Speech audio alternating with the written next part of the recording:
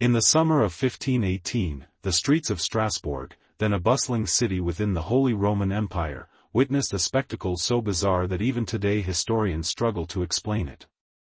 It began innocently enough, or at least it seemed that way. A woman named Frau Trophia stepped into the street, alone, and began to dance. At first, onlookers might have assumed she was celebrating something, or perhaps mocking her neighbors. But as minutes turned to hours, it became clear that this was no ordinary dance. Trophia could not stop. Her body moved with a frantic, uncontrollable energy, as though possessed by a force beyond her will. For hours she danced, sweat pouring from her body, her limbs jerking to a rhythm no one else could hear. By nightfall she collapsed in exhaustion, but the very next morning, she was back on her feet, still dancing. Within days, others joined her.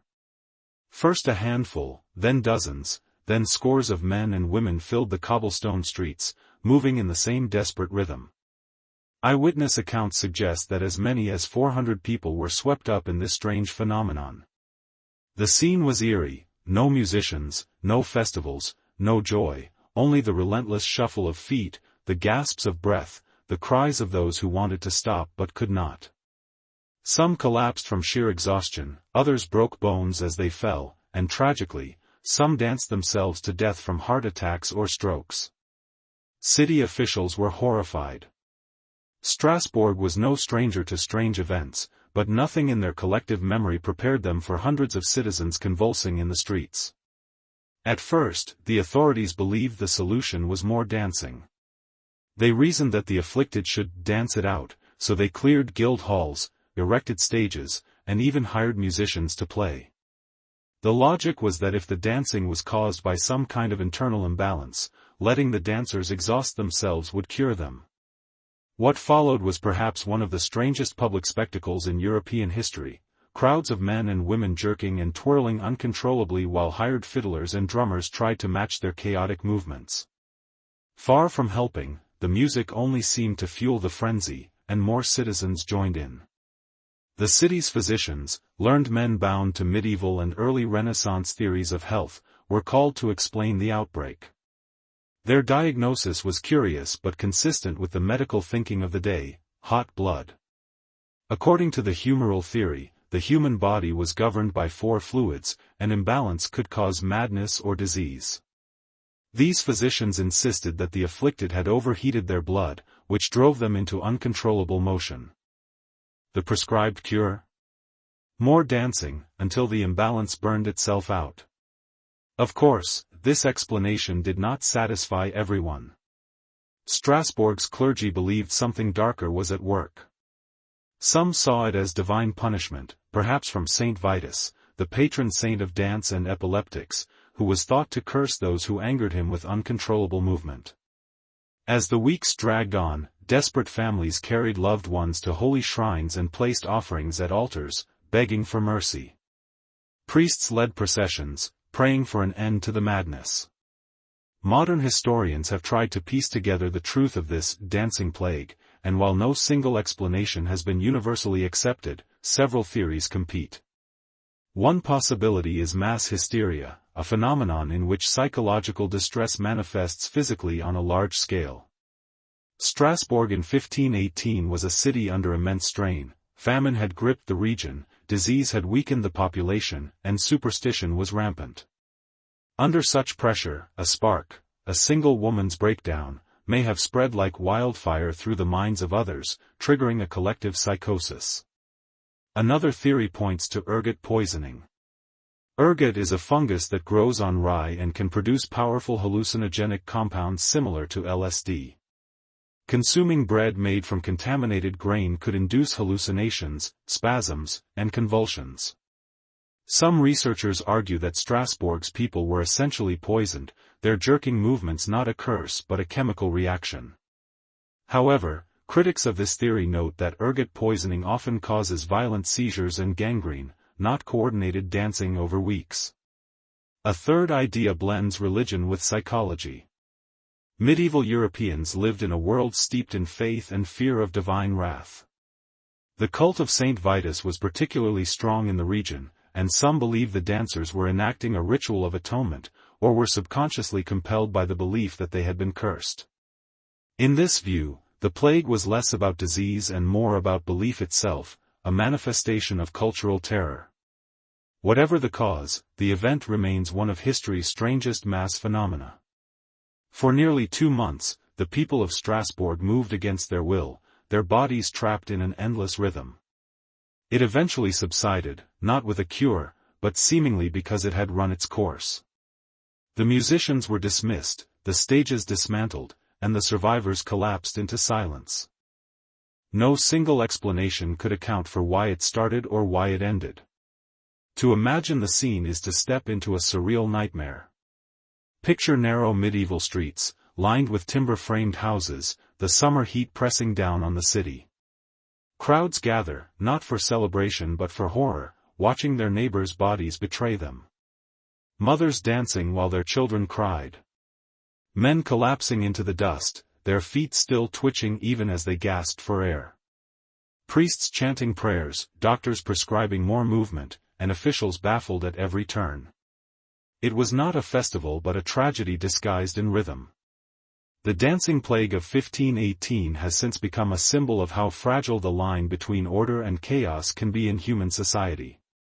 It reveals that history is not only about kings and empires, but also about the strange, inexplicable episodes that shake ordinary lives.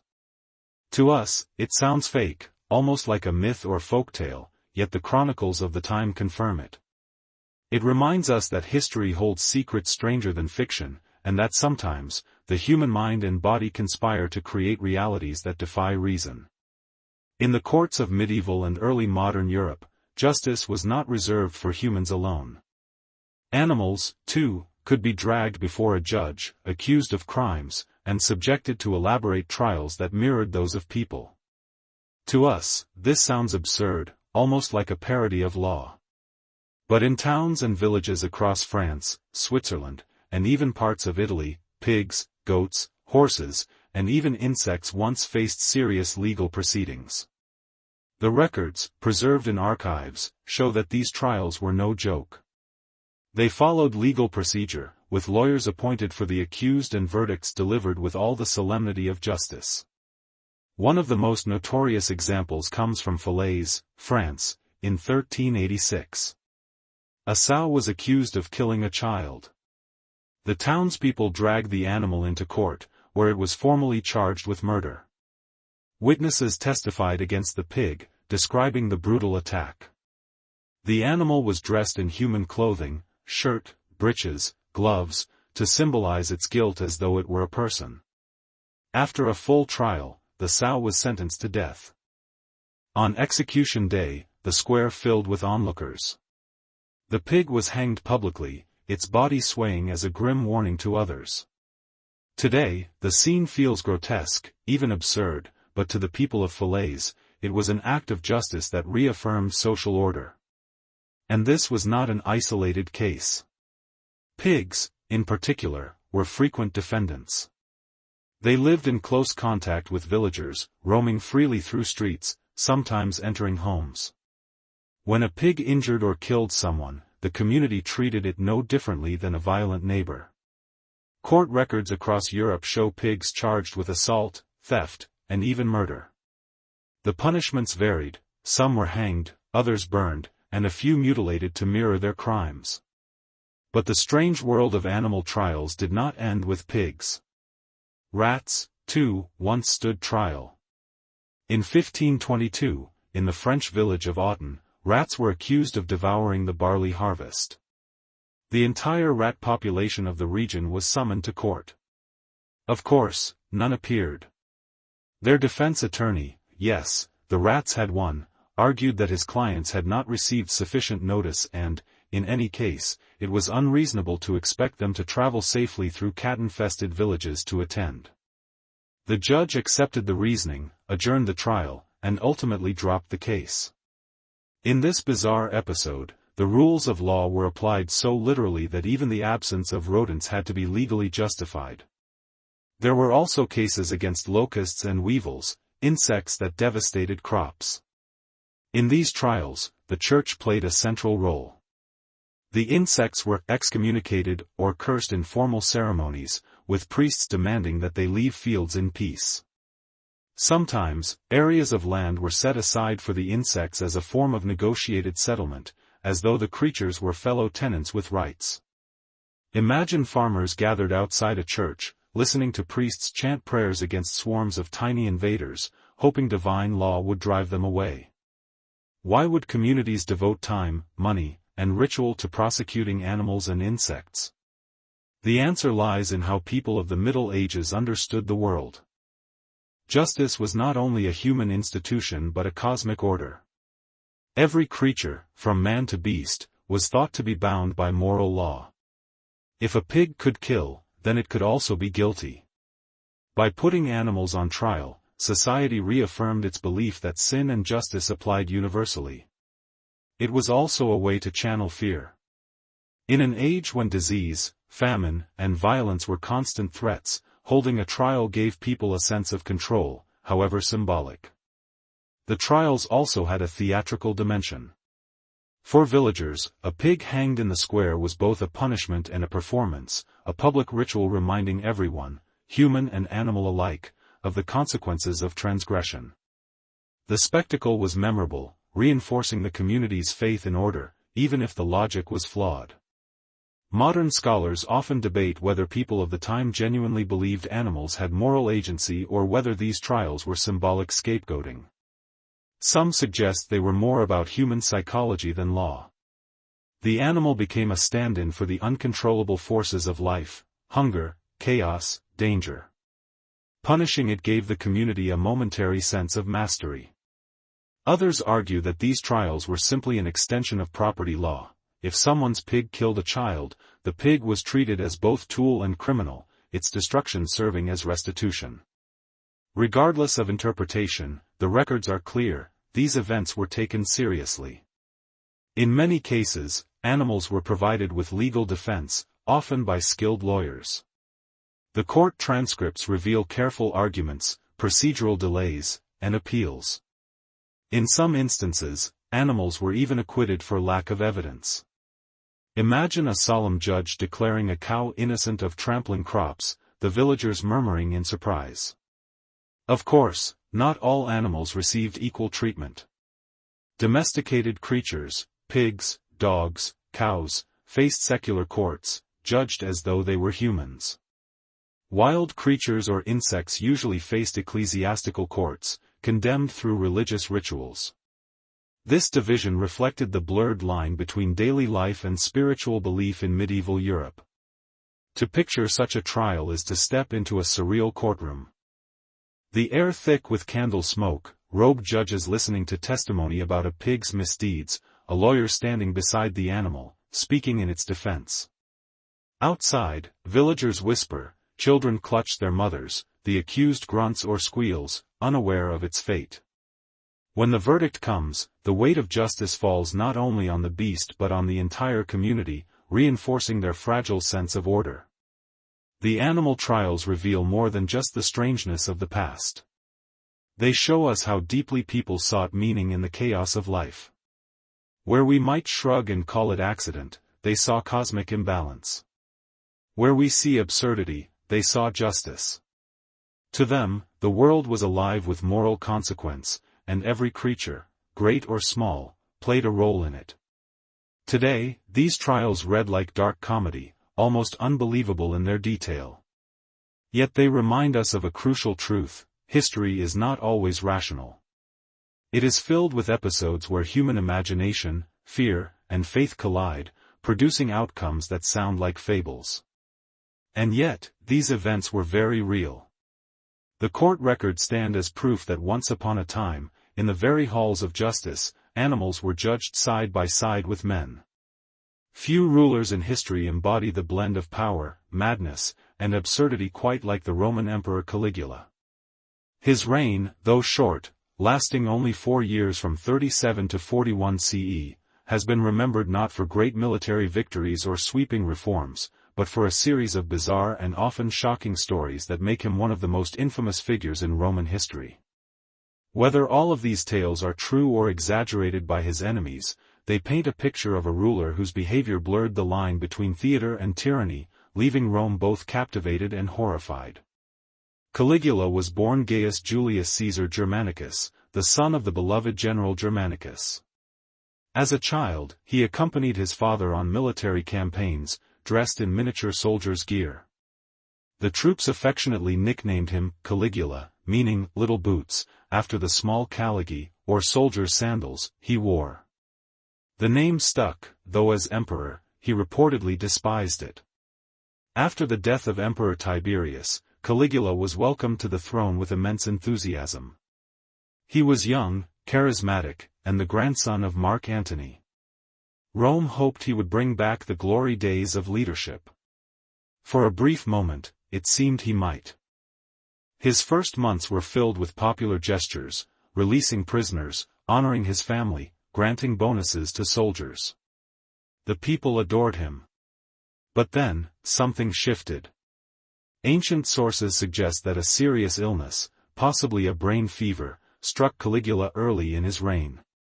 When he recovered, his personality appeared to change dramatically.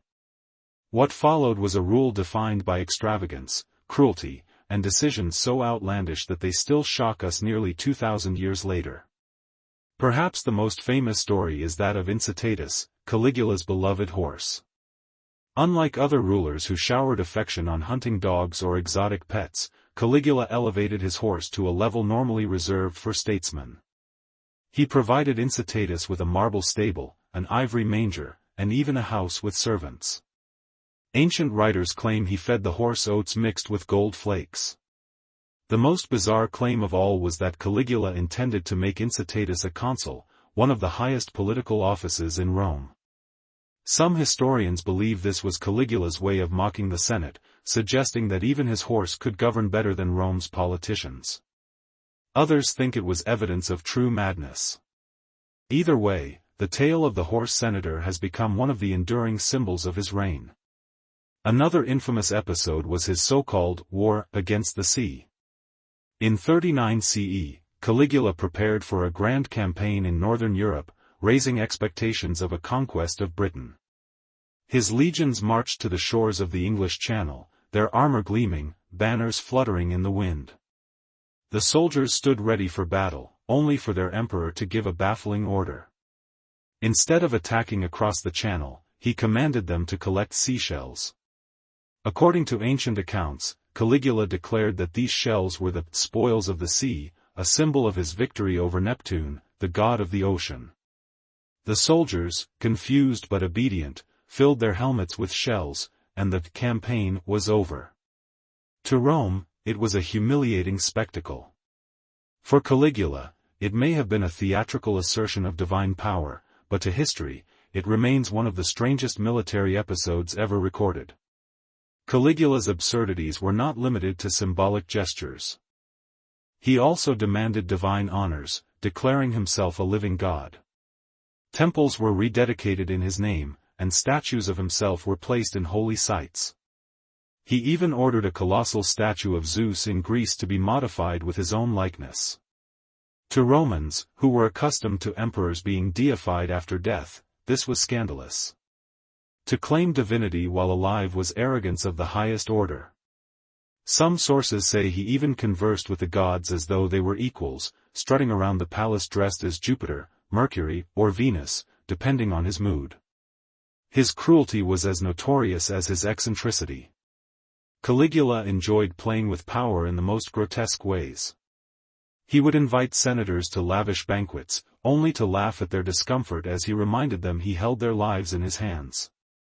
He forced the wealthy to give him gifts, seized fortunes at will, and staged gladiatorial games where he sometimes ordered ordinary citizens into the arena to be slaughtered for sport.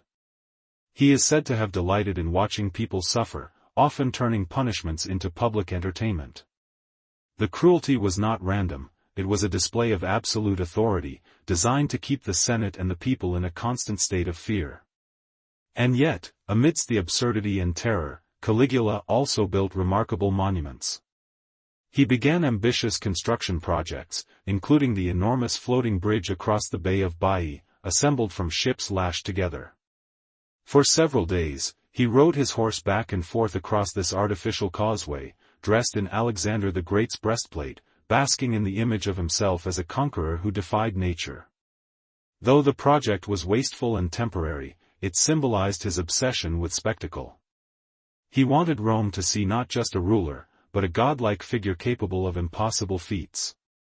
The question historians still ask is whether Caligula was truly insane, or if his actions were calculated displays of power and ridicule. Roman historians like Suetonius and Cassius Dio, writing decades later, painted him as a monster, but their accounts may have been colored by political bias. After all, Caligula was assassinated in 41 CE by members of his own guard, and subsequent rulers had every reason to demonize him. Some modern scholars argue that the stories of horse consuls and seashell battles were exaggerations, crafted to discredit him. Others believe that while embellished, they reflect a deeper truth. Caligula reveled in humiliating Rome's elite, using absurdity as a political weapon. To picture life under Caligula is to imagine a Rome both dazzling and terrifying. The marble temples glowed in the Mediterranean sun, gladiators clashed in blood-soaked arenas, senators bowed in fear, and amidst it all, an emperor strode through palaces dressed as a god, laughing at the very laws of men. For ordinary Romans, the spectacle must have been intoxicating. Bread and circuses flowed, taxes were heavy but survivable, and rumors of the emperor's excesses spread like wildfire in the taverns. The line between rumor and reality blurred, leaving everyone unsure of just how far their ruler's madness extended. Caligula's reign ended violently. On January 24, 41 CE, after 4 years of chaos, members of the Praetorian Guard ambushed him in a palace corridor. The emperor who once declared war on the sea fell under the swords of his own protectors. His death shocked the empire, but for many, it was also a relief. In death, he became a legend of excess, a cautionary tale of what happens when absolute power is mixed with unchecked arrogance. The absurd reign of Caligula reminds us that history is not only shaped by rational leaders and calculated decisions.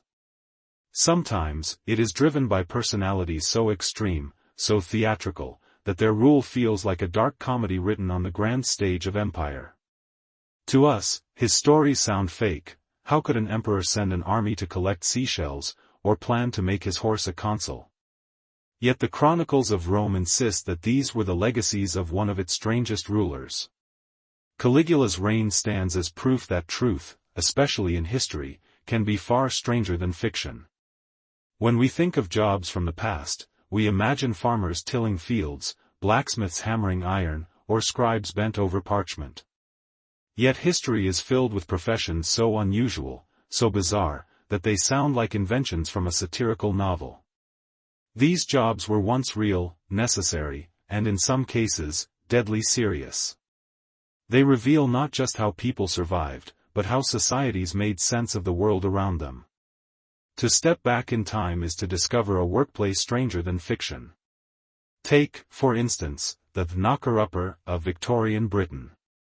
Long before alarm clocks became affordable, working-class families relied on human alarm clocks to wake them. A knocker-upper's job was simple but crucial. They roamed the misty streets at dawn, tapping on windows with long sticks, sometimes even blowing pea shooters to rouse sleeping workers. Imagine narrow, coal-stained alleyways in industrial Manchester, factory smoke hanging in the air, and a lone figure pacing the cobblestones, poking second-story windows to wake men for their grueling shifts. Their pay was meager, often just a few pence a week, yet their responsibility was enormous. If they failed, entire families might lose wages. Today, the thought of paying someone to shoot peas at your window at 5 a.m. feels absurd, but for decades, it was a lifeline of industrial timekeeping. Stranger still was the profession of the sin-eater. Rooted in parts of Wales and rural England, this grim occupation blurred the line between ritual and survival. When someone died, families feared that unconfessed sins might trap the soul in unrest. Enter the sin-eater, a poor man, often shunned by society, who was hired to sit by the corpse. A piece of bread and a bowl of ale were placed on the body, symbolically absorbing its sins. The sin-eater consumed the food, taking the spiritual burden upon himself. In return, he was paid a few coins and often some food for the road. But the job came with a terrible stigma. Communities believed sin-eaters were tainted, cursed with the accumulated wrongs of the dead. They lived isolated lives, called upon only in death, feared as much as they were needed. The image is haunting: a dimly lit cottage, a body laid out on a wooden table, grieving relatives watching silently as a gaunt figure eats bread with trembling hands, taking into himself the sins of a stranger. Equally peculiar was the role of the whipping boy. In the courts of European royalty, princes were considered too sacred to be punished physically. Yet how could they learn discipline without consequences? The solution was cruel ingenuity. A commoner boy, chosen to be the prince's companion, was designated the whipping boy. When the young prince misbehaved, the whipping boy was beaten in his place. The idea was that the prince, feeling affection and guilt for his friend, would learn obedience. Imagine the twisted scene: a royal child laughs at his tutor's scolding, while beside him, his companion is dragged forward and whipped for crimes he did not commit. The whipping boy suffered, not for his own sins, but for the errors of a future king. It was a job of privilege and torment, living in proximity to power but paying the price for it. Other strange professions emerged from everyday fears. In 18th and 19th century Europe, a widespread terror of being buried alive led to the creation of the resurrectionist and the watchman of the dead. Some coffins were designed with bells or breathing tubes, but in many towns, night watchmen were paid to sit by graves, listening for any sign of life. At the same time, resurrectionists, body snatchers, dug up fresh corpses to sell to medical schools desperate for cadavers. For them, it was a profession of shadows, prowling graveyards under moonlight, shovels in hand, knowing discovery could mean lynching. Even animals had jobs that seem odd to us today. In medieval monasteries, cats were officially employed as mousers, often given recorded wages of food or milk in monastery accounts. Dogs served as turnspit dogs, running inside small wheels to rotate meat over open fires. These dogs spent their days running endlessly, like living kitchen machines, panting in smoke-filled rooms while roasts turned slowly above the flames. It was monotonous, brutal work, so much so that the breed eventually disappeared when technology replaced them. Some professions were downright theatrical. In Tudor England, the job of the gong farmer was one of the foulest imaginable. Gong farmers cleaned cesspits and privies, hauling away human waste at night. They were paid surprisingly well, but the work was considered so degrading that they were forced to live on the outskirts of town, shunned by polite society. One can picture them, lanterns swinging in the darkness, descending into pits with buckets and shovels, emerging covered in filth, dragging away the hidden realities of urban life. And then there were the leech collectors, often poor women in 18th and 19th century Europe, who waded into marshes and ponds, letting leeches cling to their bare legs. These leeches were sold to doctors for bloodletting, a common medical practice. The collectors would often walk away with dozens of leeches attached to their skin, bleeding profusely, risking infection. Their work supplied the medical industry of the time, but at a terrible cost to their health. Each of these jobs, however strange, reveals something profound about the societies that created them. The knocker-upper speaks to an industrial world obsessed with punctuality. The sin-eater exposes a culture gripped by fear of eternal damnation. The whipping boy shows the twisted logic of monarchy, where a child of royal blood was untouchable even in discipline. The gong farmer and leech collector expose how necessity forced people into degrading, dangerous work for survival. To us, these professions sound bizarre, even grotesque. Yet they were once ordinary, woven into the fabric of daily life. The clang of a knocker-upper's stick on a window, the whispered prayers of a family hiring a sin-eater, the cries of a whipping boy in a royal chamber, these were the sounds of history's strangest workplaces. They remind us that survival has always required creativity, and that dignity often came second to necessity. Today, We marvel at the absurdity of paying someone to wake you with a pea shooter or hiring a man to eat sins, but in their time, these roles made perfect sense. They filled gaps in society's fears and needs, answering questions no one else could. History's strange jobs prove that work is not only about labor but about belief, culture, and survival. Behind every bizarre profession lies a story of adaptation, showing how humans can turn even the strangest circumstances into livelihood. They may sound fake to modern ears, but for centuries, they were as real as any profession we know today. Medicine, in the modern world, is a realm of white coats, sterile instruments, and precise science. But if we turn back the clock, medicine becomes something stranger, darker, and often terrifying. Before the rise of modern biology and chemistry, healing was a mixture of superstition, experimentation, and desperate hope. The treatments people endured sound unbelievable today, yet for centuries, they were the best that human knowledge could offer. To explore the medical practices of the past is to enter a theater of the bizarre, where blood, smoke, and myth combined into what was called healing. Perhaps the most infamous practice was bloodletting. From ancient Greece through the 19th century, physicians believed that illness came from imbalances in the four humors: blood, phlegm, black bile, and yellow bile. The solution? Drain excess blood. A patient suffering from fever, headaches, or even melancholy might find themselves strapped to a chair while a doctor sliced open a vein. Bowls filled with dark, steaming blood were carried away as if illness itself were being drained. Barber surgeons, recognizable by the red and white striped poles still seen outside barbershops today, were the ones who wielded the knives. Some patients endured leeches placed on their skin, the small creatures swelling as they sucked life from their host. Doctors swore this cured everything from fevers to madness. In truth, it often weakened patients fatally, but in a world without antibiotics or vaccines, it was seen as a logical cure. Another shocking treatment was trepanation, the drilling of holes into the skull. Archaeological evidence shows this practice dates back thousands of years, with skulls bearing neat circular holes surrounded by healed bone, proof that many patients survived. The reasoning was that by opening the skull, doctors could release evil spirits or trapped pressures causing seizures, migraines, or madness. Picture it, a dimly lit room, stone or metal tools in hand, as a healer bores into bone while the patient, perhaps conscious, clutches the arms of a wooden chair. Astonishingly, some did recover, though others surely did not.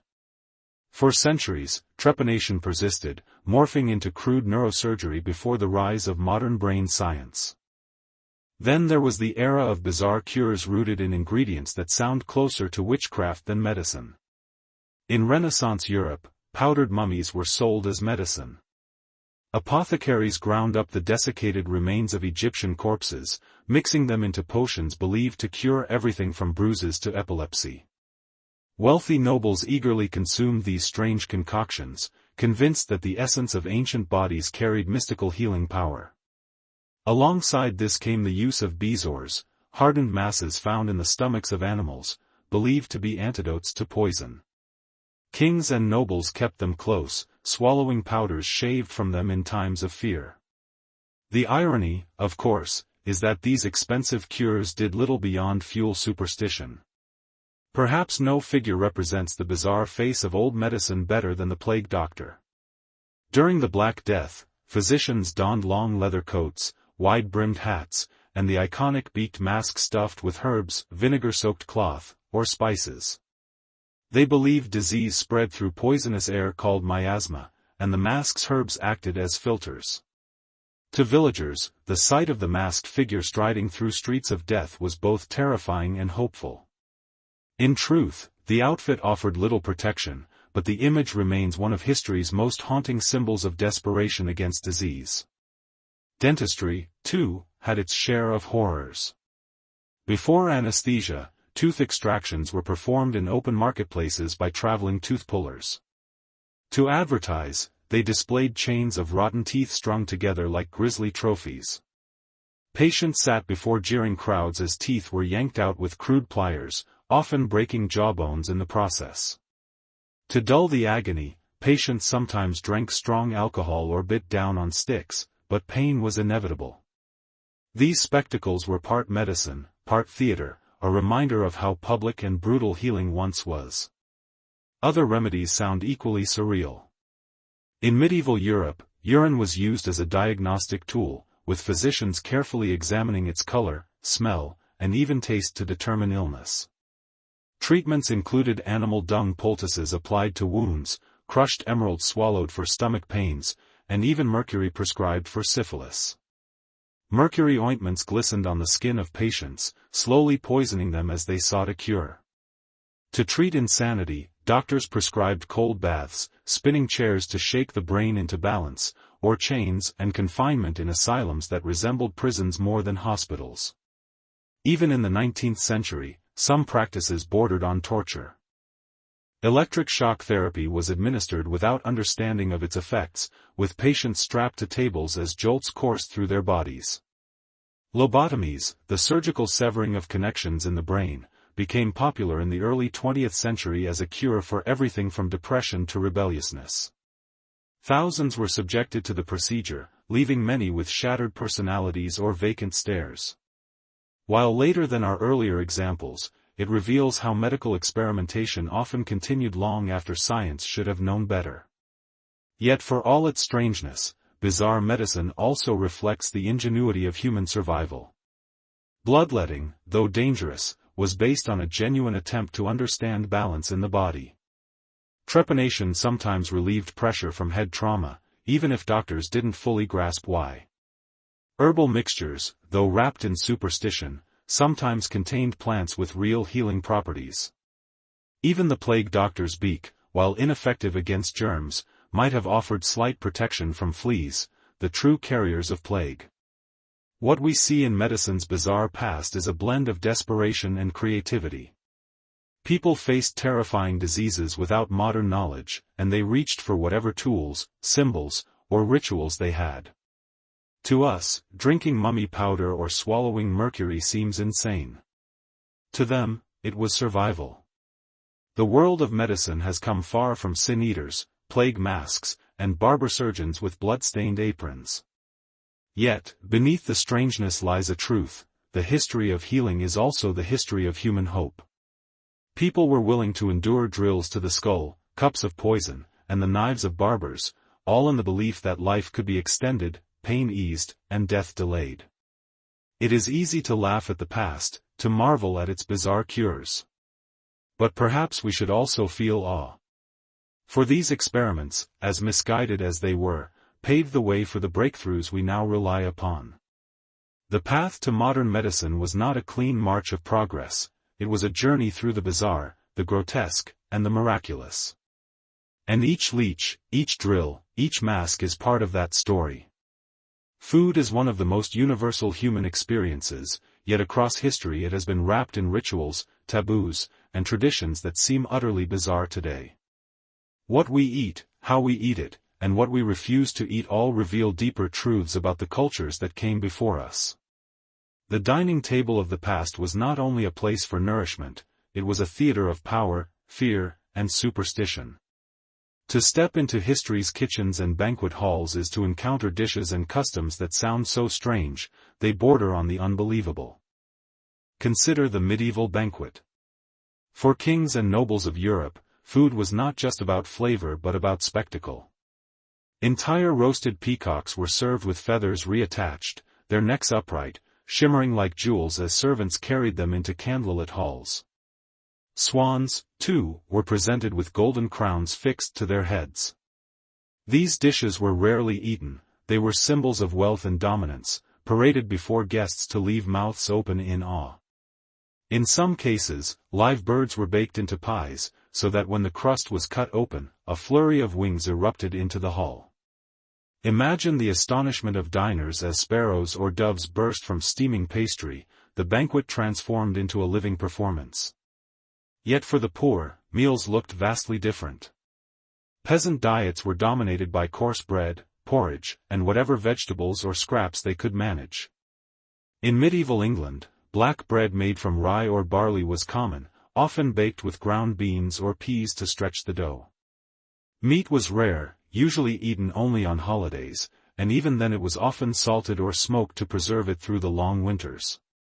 Beer or ale was drunk daily, not as a luxury but as a necessity, since water was often unsafe. The contrast was stark. In castles, nobles nibbled gilded peacocks; in cottages, families gathered around wooden bowls of thin broth, praying the supply would last. Some customs seem almost comical to modern eyes. In 17th-century France, aristocrats prided themselves on long, drawn-out feasts lasting hours, sometimes even days. Courses could number in the dozens, with everything from stewed lampreys to candied violets. To manage digestion during these endless meals, nobles carried ornate spoons not for eating but for vomiting. Between courses, they would discreetly retreat to side rooms, empty their stomachs, and return to continue feasting. It was indulgence at its most grotesque, the body pushed beyond natural limits for the sake of opulence. Meanwhile, in ancient Rome, the dining culture was equally extravagant but with its own peculiarities. Romans reclined on couches while eating, propped on their left elbows, their right hands free for food. Banquets featured exotic delicacies, flamingo tongues, dormice stuffed with nuts, and garum, a fermented fish sauce so pungent it could be smelled from streets away.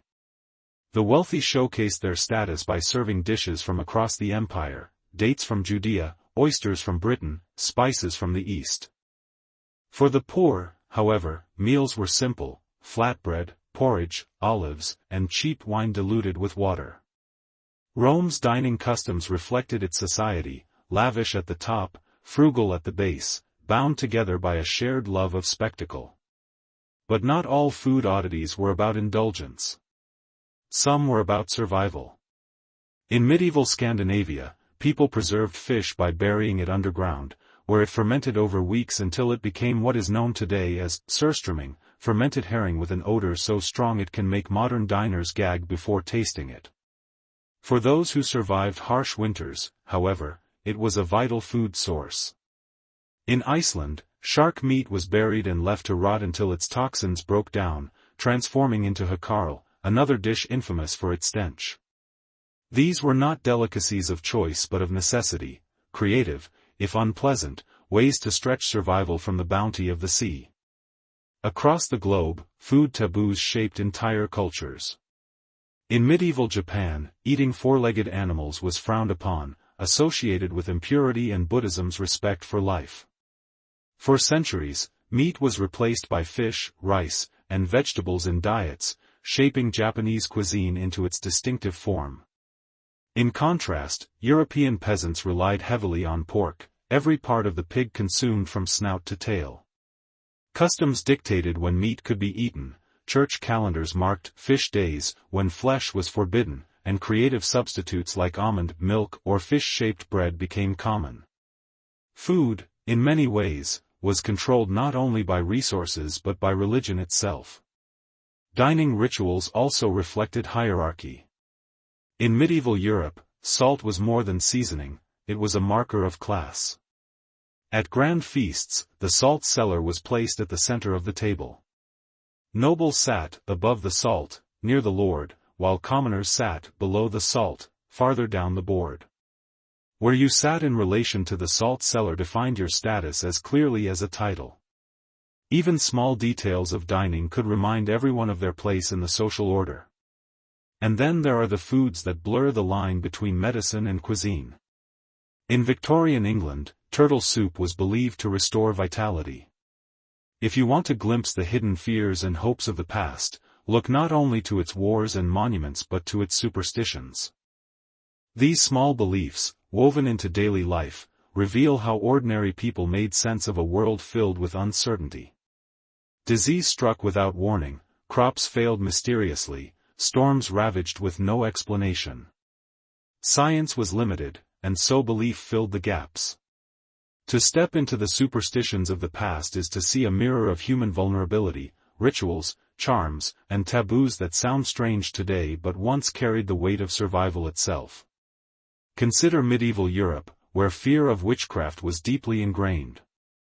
A simple misfortune, the death of livestock, a failed harvest, or even spoiled butter, might be blamed on a neighbor accused of casting the evil eye. To ward off such curses, families hung horseshoes above their doors, iron believed to repel witches. Mothers stitched tiny charms into children's clothing, while farmers nailed dead animals to barn doors as apotropaic symbols, hoping the rotting flesh would protect their herds. It was a world where the line between religion and magic blurred, where prayers and spells often overlapped in daily rituals. Some superstitions were rooted in medicine, or what passed for it. People believed that carrying dried toads, rabbits' feet, or carved amulets could protect them from plague. In England, a common charm was the cramp ring, blessed by monarchs and thought to cure seizures or cramps.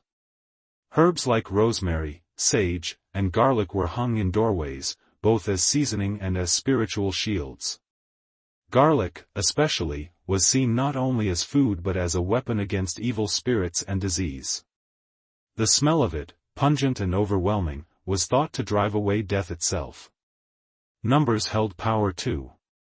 The number 13, dreaded even now, was feared for centuries in Europe, tied to the Last Supper and the betrayal of Christ. People avoided hosting dinners with 13 guests, believing it invited death. Similarly, spilling salt was seen as courting misfortune, yet the solution was ritualistic: toss a pinch over the left shoulder to blind the devil lurking there. These simple gestures gave people the illusion of control, a way to push back against fate with a flick of the hand. But superstitions were not just European. In ancient China, everyday life brimmed with rituals tied to harmony and luck. Placing mirrors at the entrance of a home was believed to scare away wandering spirits, their reflections trapped in the glass. Firecrackers were lit to frighten demons with their explosive noise. The placement of furniture, doorways, and even graves was guided by feng shui, the art of aligning life with unseen energies. To sleep with your feet pointing toward the door was to invite death, for that was how the deceased were carried out of their homes. These beliefs, practical or mystical, created invisible maps for daily living. In Japan, superstitions took on their own unique forms. Whistling at night was thought to summon snakes, or worse, wandering spirits. Cutting your nails after dark was said to bring death to your parents, while sleeping with your head facing north was avoided, as it mirrored the position of corpses at funerals. Farmers left offerings at roadside shrines to protect crops, while fishermen carried charms blessed at Shinto temples to ensure safe voyages. For communities so dependent on nature, superstition offered comfort against forces far beyond their control. Even in the modernizing 19th century, old beliefs lingered. In rural America, it was common to nail bottles filled with hair, pins, or fingernails above doorways to trap evil spirits. Witch bottles, as they were called, were hidden in chimneys or buried beneath hearths. In Appalachian folklore, people carried haint blue, a specific shade of paint on their porch ceilings, to ward off ghosts. Everyday objects became shields in a spiritual battlefield invisible to the eye but deeply real to those who lived within it. Superstitions often dictated behavior in moments of vulnerability. Travelers carried charms against highway robbers and storms. Pregnant women followed strict taboos, avoiding eclipses, strange foods, or certain animals, believing the child might be marked by what the mother saw or ate. Infants were protected with red ribbons, bells, or amulets, their small bodies believed to attract wandering spirits.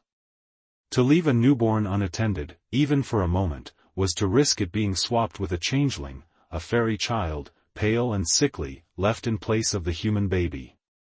Mothers guarded their cradles with iron scissors or knives laid across the blankets, silent weapons against the unseen. Death itself was wrapped in superstition. In Victorian England, mirrors were covered in houses of mourning to prevent souls from becoming trapped. Clocks were stopped at the moment of death so time would not pull the spirit back. Funeral processions avoided certain paths, for fear that ghosts might return by the same road. Even the sound of owls or the howling of dogs was interpreted as an omen, a whisper of death approaching. These beliefs made the unknowable slightly more bearable, weaving rituals into grief. Some superstitions bordered on the humorous. In medieval Europe, people believed that sneezing expelled the soul from the body, hence the origin of "God bless you," a verbal shield to prevent evil from entering during the vulnerable moment. Dropping bread on the floor required a kiss before eating it, lest you insult the spirit of nourishment itself. Even spilling wine could be turned into luck, as long as you rubbed it behind your ears or on your wrists to draw fortune toward you. What unites all these beliefs, whether charms against witches, feng shui for harmony, or changeling fears, is the human need for explanation. Where science faltered, imagination filled the gap. Where disease and disaster struck, rituals offered a sense of control. Each superstition is less about foolishness than about survival, small, daily acts to push back against chaos. To modern minds, hanging garlic, fearing nail clippings, or hiding bottles in chimneys may seem laughable. Yet these customs carried real power for those who practiced them. They were traditions passed down through generations, binding families and communities together in a shared system of meaning. The world was uncertain, but with the right charm, the right gesture, or the right word at the right time, one could tilt fate ever so slightly in their favor. Superstitions are the footprints of fear, but also of hope. They remind us that the human mind, confronted with mystery, will always seek patterns and protection. Whether it is salt tossed over the shoulder, a mirror at the door, or a prayer whispered after a sneeze, these small rituals connect us to our ancestors in ways we may not realize. Beneath their strangeness lies a truth as old as humanity, the desire to find safety in an unsafe world. The law is meant to bring order, to create fairness, and to keep chaos at bay. Yet history shows us that the rules societies create often reflect their fears, prejudices, and peculiar sense of justice. Some laws were so strange they border on the absurd, while punishments often descended into spectacles of cruelty and humiliation. To step into the legal systems of the past is to witness a world where justice was not always blind, it was theatrical, symbolic, and sometimes outright bizarre. In medieval Europe, one of the strangest legal practices was trial by ordeal. When evidence or witnesses were lacking, guilt or innocence was left to divine judgment. Accused individuals might be forced to plunge their arm into boiling water to retrieve a stone. If the wound healed cleanly, they were innocent; if it festered, they were guilty. Others endured the ordeal of fire, carrying a red-hot iron for several paces. Water was another test; the accused was bound and thrown into a river or pond. Floating meant rejection by the pure water, and thus guilt; sinking meant innocence, though the innocent sometimes drowned in the process. These ordeals were less about truth than about reinforcing faith in divine justice, and they reveal how law and religion were deeply intertwined. Odd laws abounded as well. In 14th-century England, it was illegal to wear clothing above one's station. These sumptuary laws dictated what fabrics and colors different classes could wear. Only nobles could wear ermine, silk, or certain shades of purple. For commoners, bright or expensive fabrics were forbidden. Clothing became a legal boundary, and breaking the rule could result in fines or public shaming. Imagine a merchant fined for daring to wear velvet, his ambition stitched into every thread but deemed illegal by decree. Some laws sound almost comical. In 17th-century Massachusetts, a Puritan colony, it was once illegal to celebrate Christmas, considered a sinful, pagan-influenced holiday. In medieval France, pigs were sometimes put on trial for crimes. Records survive of pigs dressed in human clothes, paraded before courts, and sentenced to death for murder after attacking children. Executions were carried out publicly, the animals hanged or burned as if to send a moral message to their owners. Justice was theater, not logic, with pigs and goats sometimes standing in the dock beside men. Punishments, too, could be astonishingly harsh for what we'd now consider trivial offenses. In Tudor England, gossiping women were sometimes forced to wear a scold's bridle, an iron mask with a spiked bit placed in the mouth. It prevented speech and caused immense pain if the tongue moved. These unfortunate women were paraded through town, jeered at by crowds. For stealing bread, children could be whipped, branded, or forced into hard labor. Even something as small as swearing in public could lead to time in the stocks, where offenders sat immobilized, faces exposed to rotten vegetables hurled by passers-by. The punishment was not just physical, it was communal humiliation. In ancient Rome, justice could be spectacular in its brutality. A punishment called pena culiae was reserved for parricide, the killing of one's father. The guilty were sewn into a leather sack along with a dog, a rooster, a monkey, and a snake, then thrown into a river. The chaos inside the sack was as much symbolic as it was cruel, a violent metaphor for disrupting natural order. Public executions in the Colosseum served both as justice and entertainment, blending law with performance in front of cheering crowds. Sometimes, strange laws targeted the smallest details of life. In medieval England, it was illegal to bake bread of false weight. Bakers who cheated customers were tied to carts and dragged through town, or forced to eat their own bad bread. To avoid mistakes, bakers began giving an extra loaf when selling a dozen, what we now call a baker's dozen. Similarly, in Venice, gondoliers could be fined for singing too loudly, while in parts of Germany, men were fined for growing mustaches deemed too flamboyant for their rank. These laws, peculiar as they seem, reveal societies anxious to regulate even the tiniest aspects of behavior. Not all punishments were cruel, some were oddly creative.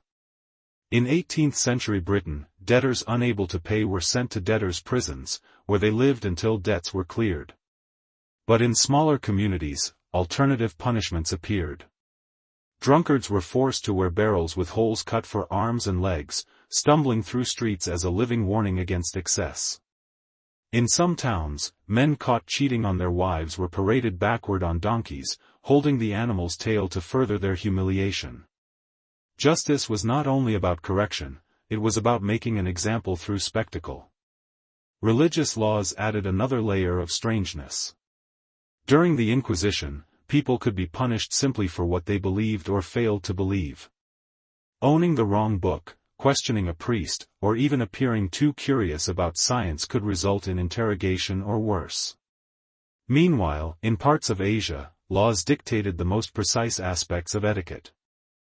In Korea during the Joseon dynasty, disrespecting one's elders in public could lead to flogging, while failing to bow properly to authority figures could end careers.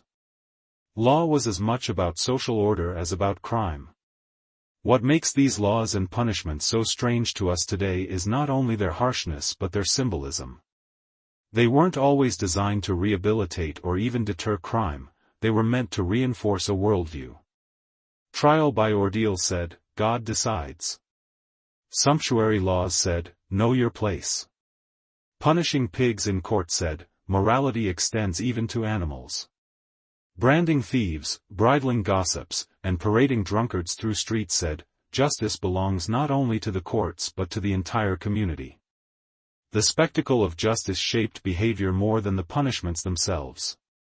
Fear of humiliation, of being mocked in stocks, paraded in masks, or forced into barrels, was often more powerful than the threat of a fine. And because many punishments were public, they became part of collective memory. A child who saw their neighbor whipped for stealing apples would never forget. Law was both a warning and a performance. To us, it seems absurd that pigs stood trial, that women wore iron masks for gossip, or that men were executed by sackful of animals. Yet each of these practices reveals something deep about the societies that enforced them.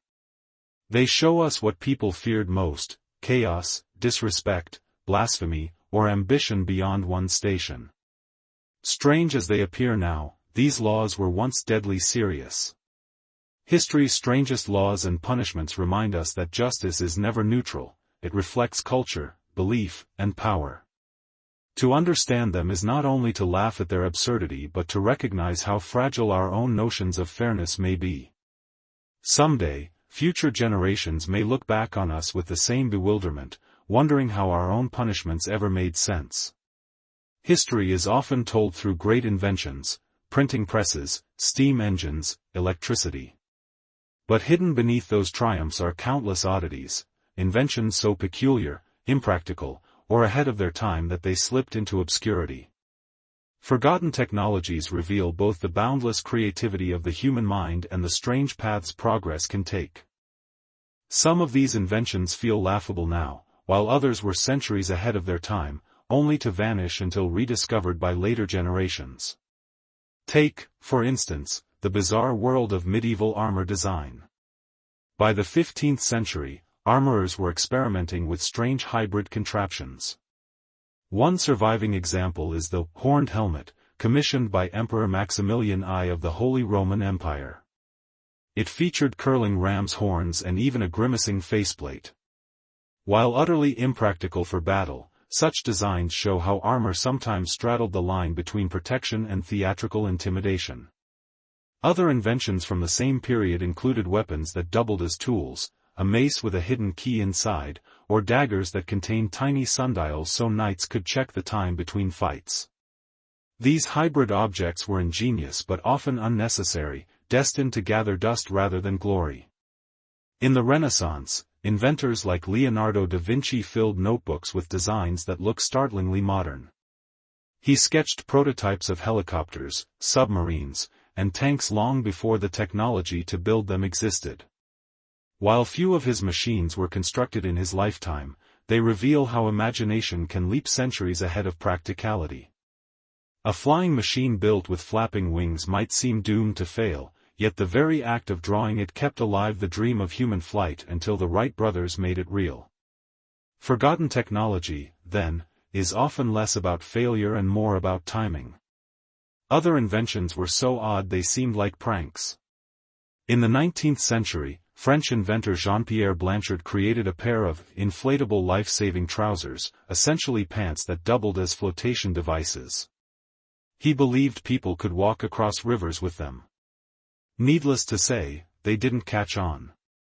Similarly, early attempts at portable personal fire extinguishers involved glass grenades filled with chemicals, thrown onto flames to smother them. These worked sometimes, but they also shattered unpredictably, spraying corrosive chemicals in all directions. Safety was questionable. The Victorian era in particular was a playground for eccentric invention. Consider the teasmaid, a contraption that combined an alarm clock with a kettle. At the appointed hour, hot water would pour into a teapot beside your bed. While charming, it also carried the risk of boiling water spilling onto half-asleep owners. Another curiosity was the anti-garrote collar, a rigid metal band Victorians wore around their necks to prevent strangling by criminals. It was heavy, uncomfortable, and impractical, but it reflected real fears of street crime in London. Sometimes forgotten inventions were beautiful in their absurdity. In 19th-century France, inventors experimented with mechanical walking machines, giant contraptions of gears and pistons designed to stride like enormous insects. Though wildly inefficient compared to wheels, they showed a fascination with mimicking nature. In 1890s Paris, fashion even collided with invention. Women carried parasols with built-in pistols for self-defense, while gentlemen sported canes that concealed swords, flasks, or even cameras. Every accessory, it seemed, could be turned into a device. Forgotten technologies were not limited to Europe. In ancient China, inventors built earthquake detectors known as seismoscopes. One famous model, created by Zhang Heng in the 2nd century CE, looked like a bronze urn with dragon heads around its sides. When an earthquake struck, a ball would drop from a dragon's mouth into the waiting mouth of a toad below, indicating the direction of the tremor. This device was centuries ahead of its time, though later forgotten until rediscovered by historians. Similarly, the ancient Greeks developed complex automata powered by water and gears, mechanical birds that sang, or temple doors that opened by themselves to impress worshippers. These marvels prefigured robotics, only to vanish for centuries before modern engineers revived the idea. Odd inventions also included attempts to solve everyday problems in the most unusual ways. In the early 20th century, inventors designed baby cages, metal structures attached to the outside of apartment windows, where babies could be placed to get fresh air several stories above the street. Parents believed it promoted health, neighbors likely saw danger. Another invention, the radio hat, featured a portable radio built into a wide-brimmed hat, with antennas sticking out like insect feelers. In hindsight, these seem comical, but they reveal society's eagerness to integrate new technology into daily life, no matter how awkwardly. Some forgotten technologies weren't impractical at all, they were too advanced for their time. Take the Baghdad battery, discovered in Iraq and dated to around 200 BCE. Medicine has always walked a fine line between science, superstition, and desperation. Today, we rely on hospitals, sterile instruments, and carefully tested drugs. But for much of history, treatments were guided less by evidence than by tradition, fear, or outright guesswork. What people once endured in the name of healing often sounds more like horror than medicine. To step back into the world of past doctors is to enter a theater of bloodletting, leeches, charms, and strange potions, rituals that reveal as much about belief as about health. One of the oldest and most widespread practices was bloodletting. Based on the ancient theory of the four humors, blood, phlegm, black bile, and yellow bile, it was believed that illness arose when these fluids fell out of balance. Doctors used knives or special instruments called lancets to drain blood, sometimes taking pints from already weakened patients. Leeches were another common method, applied to the skin to suck blood slowly. Astonishingly, bloodletting persisted into the 19th century, even as patients often died not from their illness but from the cure itself. George Washington, the first U.S. president, was bled heavily during his final illness in 1799. Some historians argue the treatment hastened his death. Other practices were equally strange. Trepanation, the drilling of holes into the skull, dates back thousands of years. Archaeological evidence shows people in ancient Peru, Greece, and Africa survived these procedures, which were thought to release evil spirits or cure headaches, epilepsy, and mental disorders. Imagine lying still as a primitive surgeon scraped away bone with stone tools, believing they were saving your soul as much as your body. Astonishingly, some patients healed, leaving circular scars in their skulls that survive today as eerie testimony to their endurance. Then there were the medicines themselves. Ancient Romans believed ground-up gladiator blood could cure epilepsy. In medieval Europe, powdered mummy, yes, literal remains of Egyptian mummies, was sold in apothecaries as a powerful treatment for everything from headaches to stomach pains. Wealthy nobles paid high prices for this macabre medicine, convinced that consuming the preserved flesh of ancient kings carried healing power. Similarly, unicorn horn, usually powdered narwhal tusk, was prized for its supposed ability to neutralize poison. During the Middle Ages, plague doctors became some of the most iconic, and unsettling, figures in history. Dressed in long robes coated with wax and wearing masks shaped like bird beaks, they stuffed the beaks with herbs, garlic, and vinegar-soaked cloth, believing the scent warded off disease. The image of these strange figures stalking empty streets, their glass eye-holes glinting through the fog, is unforgettable. Their methods, however, were often useless. People were told to smoke tobacco, burn incense, or carry posies of flowers, rituals that did little against the true bacterial cause of plague. Not all treatments were grim. Some were downright bizarre in their creativity. In Elizabethan England, physicians recommended wearing a live chicken against a plague sore to draw out the poison. In Renaissance Italy, it was believed that sitting near a cannon as it fired could cure deafness by shocking the ears. In Victorian Britain, arsenic wafers were marketed to women as beauty aids, promising pale skin and rosy cheeks, though they were slowly poisoning their users. The field of dentistry produced its own horrors. Before modern anesthesia, tooth extraction was performed with brute force, pliers, hammers, or even bare hands in emergency cases. Traveling tooth pullers set up booths at fairs, yanking teeth in front of gawking crowds.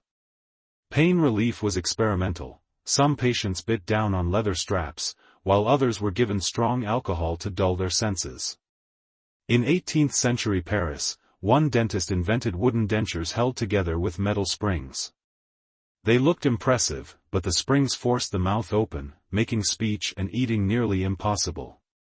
Mental illness was treated with equal strangeness. In the Middle Ages, some patients believed to be insane had holes cut in their skulls to release demons. Others were subjected to ice baths, spinning chairs, or confinement in dark, damp cells. In the 19th century, one American doctor promoted rest cures for women, months of enforced bed rest, no reading, no writing, and no socializing. Far from helping, these treatments often deepened depression and isolation.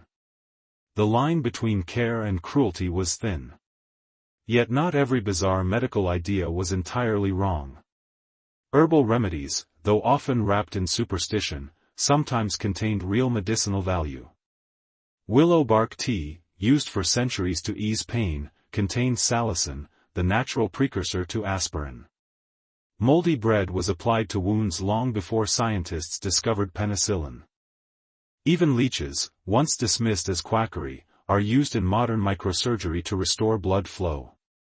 Strange practices remind us that trial and error, even when misguided, sometimes stumbled upon truth. Still, desperation often drove people to extremes. In 18th-century Europe, corpse medicine became a grim trend. Patients consumed powders made from skulls, drank human fat, or sipped tincture of mummy, convinced it carried vital energy. Blood fresh from executed criminals was sometimes sold at gallows, believed to cure epilepsy if drunk warm. These practices now seem macabre, but they reveal a deep human fear of death and an eagerness to find power in the mysterious body. Perhaps the most haunting treatments came with electricity. In the 18th century, as scientists experimented with static electricity, some believed shocks could cure paralysis, impotence, or melancholy. Patients were strapped into early electrotherapy machines that delivered painful jolts. Others promoted electric belts, worn around the waist, buzzing faintly as supposed aids to vitality. While primitive, these ideas foreshadowed modern medical devices like defibrillators and nerve stimulators. Looking back, it is easy to laugh, or shudder, at bizarre medical practices. Yet they remind us how medicine evolves. Every syringe, every operating room, every pharmacy today is built on centuries of fumbling attempts, half-beliefs, and desperate hopes. For those who endured them, these treatments were not curiosities but lifelines. They reveal a truth as old as humanity: when confronted with suffering, people will try anything, no matter how strange, in the hope of healing. Medicine's bizarre history is a mirror of its time. Bloodletting reflected belief in humors, plague masks showed fear of poisoned air, and corpse medicine embodied the hope that life could be drawn from death. They may seem absurd now, but each was part of the journey that brought us to modern science. And perhaps, centuries from now, future generations will look back at some of our own treatments, chemotherapy, organ transplants, even antibiotics, and see them as crude, strange, and desperate in their own right. Food tells us who we are. It shapes culture, rituals, and even identity.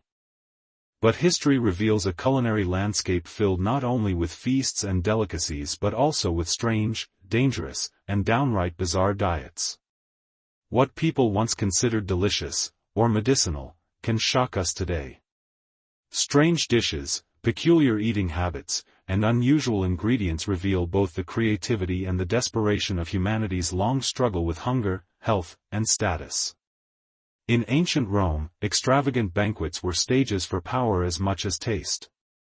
Wealthy Romans feasted on dishes like roasted peacock, flamingo tongues, and stuffed dormice glazed with honey and poppy seeds. Exotic ingredients were imported at staggering cost, not because they tasted better but because they signaled status. To eat a flamingo tongue was to show the world you could afford what others could not. Roman texts even describe a dish of jellyfish seasoned with vinegar and mustard. For commoners, however, the diet was far simpler: bread, porridge, olives, and cheap wine. The contrast between opulence and necessity was as sharp at the dinner table as it was in politics. Medieval Europe brought its own peculiarities. Spices like cinnamon, nutmeg, and pepper were so rare they were more valuable than gold. Wealthy lords demanded meals drenched in spices, not only for flavor but also for prestige.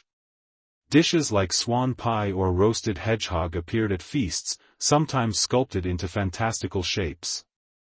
In England, cooks created cockantrice, a hybrid dish sewn from half a pig and half a capon, roasted together as if it were one creature.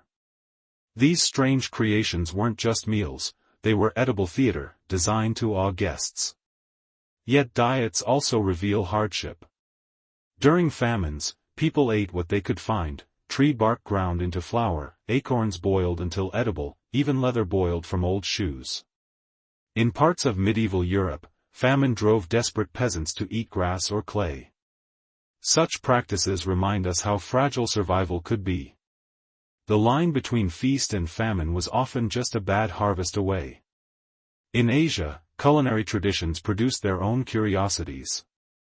In China, delicacies like bird's nest soup, made from the hardened saliva of swiftlets, were prized for supposed health benefits. Shark fin soup, considered a luxury for centuries, carried symbolic meaning at banquets, though the fins themselves added little flavor. In Japan, the deadly delicacy of fugu, or pufferfish, became a test of skill for chefs, as a tiny mistake in preparation could poison diners. These dishes show how danger itself sometimes added value, transforming meals into rituals of risk. Europe's Renaissance period saw diets shaped by new discoveries. After Columbus's voyages, foods like tomatoes, potatoes, chocolate, and chili peppers entered European kitchens. At first, many were regarded with suspicion. Tomatoes were called poison apples, believed to cause illness. Potatoes were dismissed as food fit only for animals. Chocolate, introduced from Mesoamerica, was first consumed as a bitter drink spiced with chili, not the sweet treat we know today. Strange as they seemed, these foods eventually transformed global diets. What was once exotic became essential. The Victorian Age introduced another layer of bizarre eating. Health fads swept through Europe and America, often with questionable science. One craze promoted vinegar drinking for weight loss, practiced by poets like Lord Byron, who nearly starved himself following the trend. Others consumed tonics laced with cocaine or arsenic, marketed as invigorating health drinks. In the late 19th century, John Harvey Kellogg promoted bland foods like cornflakes as cures for sinful appetites, part of a wider obsession with purity in diet. Food was no longer just nourishment, it became moral instruction. Some past diets sound more grotesque than gourmet. In 17th century Europe, the wealthy sometimes consumed corpse medicine, mixing powdered mummy into wine or bread as a supposed cure-all. In 18th century England, a fad known as medicinal cannibalism saw people drinking ground-up human skulls to cure headaches. These practices blur the line between diet and medicine, reflecting both curiosity and desperation in the face of disease. Strange drinks, too, left their mark. In medieval monasteries, beer was considered a safe alternative to often contaminated water. Monks brewed thick, calorie-rich alesh that sustained them during fasting. In the 18th century, gin became known as Mother's Ruin in London, so cheap and widely consumed that it fueled addiction and poverty. Meanwhile, sailors developed the notorious mix of rum and lime juice, grog, to fight scurvy, unknowingly creating one of the first examples of preventative medicine through diet. Even famine foods carried strange inventions. In Ireland during the Great Famine of the 1840s, when potatoes failed, people survived on nettle soup, seaweed, or boiled grass. In World War II, civilians across Europe turned to ersatz foods: coffee brewed from roasted acorns, bread stretched with sawdust, margarine made from whale oil. These desperate meals remind us that diets are often shaped less by choice than by necessity. But history also produced delightful oddities. In medieval Persia, sherbet drinks flavored with rosewater and fruit became precursors to modern sorbets. In 18th-century Paris, chefs created elaborate sugar sculptures, towering displays meant to impress more than to feed. Even today's strange snacks, deep-fried tarantulas in Cambodia, roasted guinea pigs in Peru, or fermented shark in Iceland, carry long traditions that outsiders might see as bizarre but locals regard as heritage. What unites these strange diets across history is not simply odd taste but deeper meaning. Food was always more than sustenance. It was identity, class, ritual, and even medicine. To eat a dormouse in Rome, a cockatrice in England, or fugu in Japan was not just to satisfy hunger, it was to participate in culture, in spectacle, in the performance of status. Looking back, we may recoil at powdered mummy wine or arsenic-laced wafers. Yet centuries from now, people may look back at our own fast food, processed snacks, or energy drinks with the same bewilderment. Why did they eat so much sugar? Why did they drink chemicals from plastic bottles? Strange diets remind us that taste is fleeting, bound to time and place. Food is history on a plate. The odd, the grotesque, and the luxurious all tell stories of survival and imagination. From dormice glazed in honey to arsenic biscuits promising beauty, every strange meal whispers the same truth: people will eat almost anything if it offers hope, whether of health, status, or simply another day alive.